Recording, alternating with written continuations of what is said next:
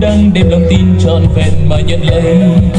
Bởi Chúa yêu thế nhân, sống trong ô tội lầm than, nên xa chốn thiên cung, lìa ngôi bao giáng sinh nơi trần gian. Ngài vào trần gian để cứu nhân loại.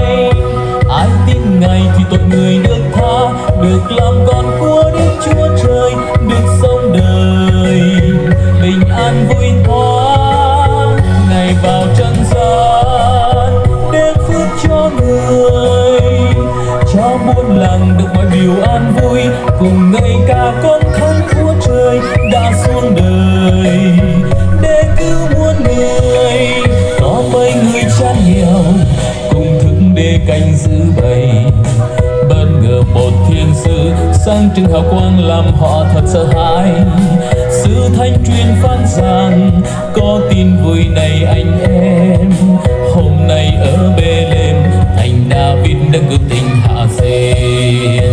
Ngài vào trần gian để cứu nhân loại.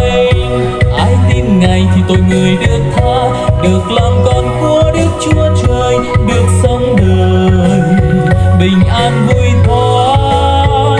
Ngài vào trần gian đem phước cho người, cho muôn làng được mọi điều an vui, cùng ngợi ca con thánh Chúa Trời đã xuống đời để cứu muôn người.